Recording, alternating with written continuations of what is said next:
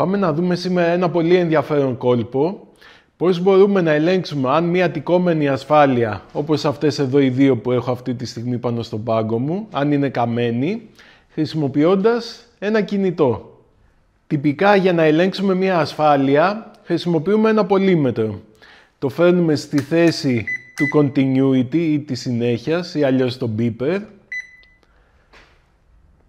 και ακουμπάμε τα δύο άκρα της ασφάλειας με τους ακροδέκτες του πολύμετρου. Άμα κάνει beep, τότε σημαίνει πως η ασφάλεια είναι καλή.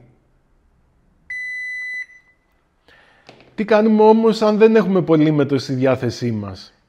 Παίρνουμε το κινητό μας και ανοίγουμε την αριθμομηχανή, το calculator. Στη συνέχεια βάζουμε την ασφάλεια με τέτοιο τρόπο ώστε η μία άκρη της να ακουμπάει πάνω σε κάποιο από τα πλήκτρα του calculator, ας πούμε εδώ πάνω στο 5, και στη συνέχεια πιέζουμε με το δάχτυλό μας την άλλη άκρη της ασφάλειας. Αν δούμε ότι το πλήκτρο από κάτω πιέζεται και εμφανίζονται τα νούμερα, τότε αυτό μας δείχνει ότι η ασφάλεια είναι καλή. Πάμε να το δοκιμάσουμε και με τη μικρότερη ασφάλεια. Το βάλω αυτή τη φορά στο 8, πιέζω και βλέπουμε εμφανίζονται τα νούμερα. Πάμε τώρα να κάψουμε αυτή την ασφάλεια. Είναι του 1 αμπέρ, οπότε θα καεί πολύ εύκολα με το τροφοδοτικό πάγκου μου.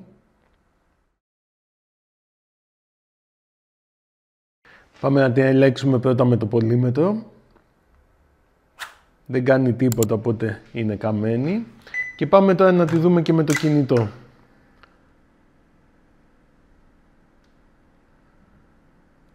Ακουμπάω το πάνω μέρος της και δεν κάνει τίποτα. Οπότε συμπεραίνουμε ότι αυτή η ασφάλεια είναι καμένη. Πώς λειτουργεί τώρα αυτό το κόλπο? Οι οθόνες αφής των κινητών λειτουργούν με την ηλεκτρική αγωγημότητα που έχουν τα δάχτυλά μας. Όταν λοιπόν εγώ πάρω μια ασφάλεια η οποία ουσιαστικά δεν είναι τίποτα άλλο από ένα κομμάτι σύρμα και ακουμπήσω το δάχτυλό μου στη μία άκρη της, η άλλη άκρη ουσιαστικά κάνει ηλεκτρική επαφή με το δάχτυλό μου. Οπότε η ασφάλεια κατά κάποιο τρόπο γίνεται προέκταση του δακτύλου μου.